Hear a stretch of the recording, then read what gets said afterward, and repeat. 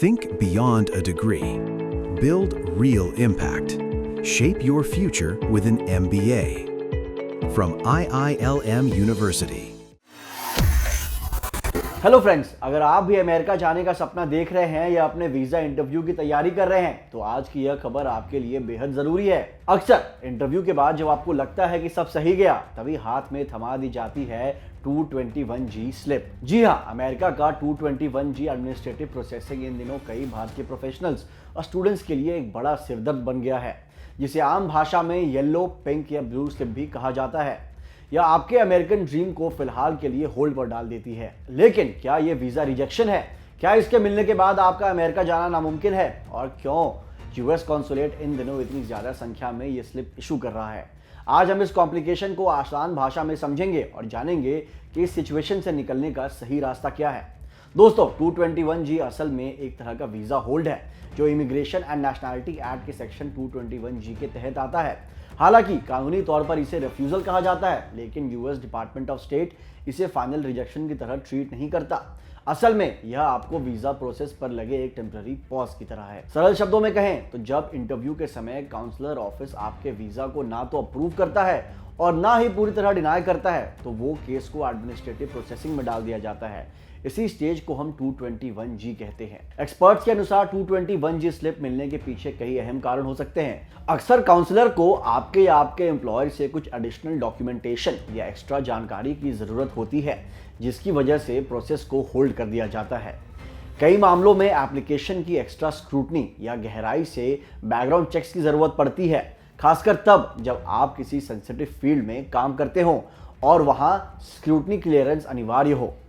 इसके अलावा अगर एप्लीकेशन में दी गई जानकारी को लेकर संदेह हो तो फ्रॉड इन्वेस्टिगेशन और वेरिफिकेशन के लिए भी इसे रोका जा सकता है। कभी कभी यह तकनीकी कारणों या ऑफिसर्स के पास बढ़े हुए बैकलॉग की वजह से भी होता है, जहां समय की कमी के कारण वे आपकी फाइल को अपॉइंटमेंट से पहले पूरी तरह रिव्यू नहीं कर पाते हैं और केस को एडमिनिस्ट्रेटिव प्रोसेसिंग में डाल दिया जाता है। जब किसी आवेदक को 221G नोटिस दिया जाता है तो कॉन्सुलेट आमतौर पर लिखित लेटर या कलर्ड स्लिप जैसे पीली, नीली या गुलाबी पर्ची थमा देता है। अगर आपकी फाइल में कोई कमी है तो इस नोटिस में उन डॉक्यूमेंट्स की लिस्ट होती है जिन्हें आपको जमा करना होता है, जैसे कि एम्प्लॉयमेंट लेटर्स, क्लाइंट कॉन्ट्रैक्ट्स या टैक्स रिकॉर्ड्स। लेकिन कई बार जब किसी एक्स्ट्रा डॉक्यूमेंट की जरूरत नहीं होती तो नोटिस पर साफ लिखा होता है कि आपका केस एडमिनिस्ट्रेटिव प्रोसेसिंग के तहत है। इन दोनों स्थितियों में सबसे बड़ी चुनौती यह है कि आवेदक के पास कोई क्लियर टाइम फ्रेम नहीं होता। एक्सपर्ट्स के अनुसार जिस प्रोसेसिंग के लिए कुछ हफ्तों का समय बताया जाता है, वह अक्सर कई महीनों तक खिंच जाती है। इस दौरान कॉन्सुलेट अक्सर आपका पासपोर्ट अपने पास ही रख लेता है, जिससे आवेदक ना तो अमेरिका वापस लौट पाते हैं और ना ही कहीं और यात्रा कर पाते हैं। हालांकि सबसे महत्वपूर्ण बात यह है कि 221G कोई फाइनल रिजेक्शन नहीं है। एक्सपर्ट्स का मानना है कि यह केवल एक रूटीन एडमिनिस्ट्रेटिव स्टेप है। आपको मिलने वाला 221G लेटर ही आपको यह गाइड करेगा कि आगे काउंसलर ऑफिस को आपको किस तरह की जानकारी या कार्रवाई की उम्मीद करता है। एक्सपर्ट्स के अनुसार 221G स्लिप जारी होने के पीछे कई टेक्निकल और सिक्योरिटी कारण भी हो सकते हैं। अक्सर एम्बेसी को आपके सोशल मीडिया एक्टिविटी को वेरीफाई करने के लिए एक्स्ट्रा समय चाहिए होता है, या फिर आपके द्वारा जमा किए गए डॉक्यूमेंट्स को और गहराई से रिव्यू करने की जरूरत पड़ती है। कई बार कारण बहुत मामूली होते हैं, जैसे कि आपकी वीजा फोटोग्राफ का टेक्निकल स्टैंडर्ड्स पर खरा ना उतरना।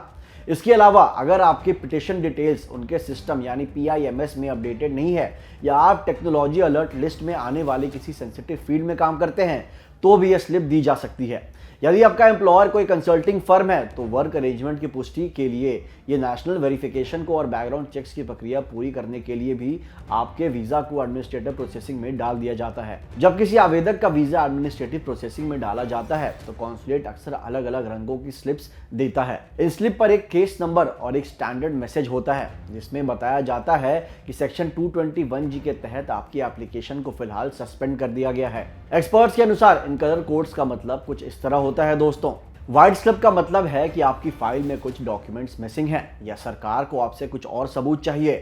ब्लू स्लिप आमतौर पर रूटीन कारणों से दी जाती है, जहां कुछ और एडिशनल डॉक्यूमेंट्स की मांग की जाती है। पिंक स्लिप तब मिलती है जब आपके जॉब रोल, क्वालिफिकेशन या पिटिशन डिटेल्स को लेकर कॉन्सुलेट को कोई शंका या चिंता होती है। और येलो स्लिप का मतलब है कि कॉन्सुलेट को आपकी फाइल रिव्यू करने के लिए एक्स्ट्रा समय चाहिए। भले ही आपसे कोई नया डॉक्यूमेंट ना मांगा गया हो। हालांकि ये रंग आपके समस्या का संकेत तो देते हैं, लेकिन इनसे यह पता नहीं चलता कि प्रोसेस में कितना समय लगेगा।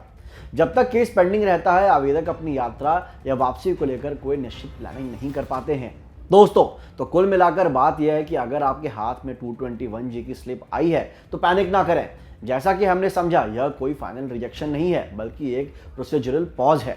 अगर आपसे डॉक्यूमेंट्स मांगे गए हैं तो उन्हें बिना किसी देरी के और पूरी सावधानी के साथ सबमिट करें। और अगर मामला सिर्फ एडमिनिस्ट्रेटिव प्रोसेसिंग का है तो थोड़ा पेशेंस रखें, क्योंकि इसमें वक्त लग सकता है। बस याद रखें, इस दौरान यूएस कॉन्सुलेट के साथ आपकी कम्युनिकेशन बिल्कुल सटीक और पारदर्शी होनी चाहिए। उम्मीद है कि आज की यह जानकारी आपके अमेरिकन ड्रीम की राह में आ रही मुश्किलों को समझने में मददगार साबित होगी। ऐसे ही और अपडेट्स के लिए देखते रहें जागरण जोश। मिलते हैं अगली वीडियो में। धन्यवाद।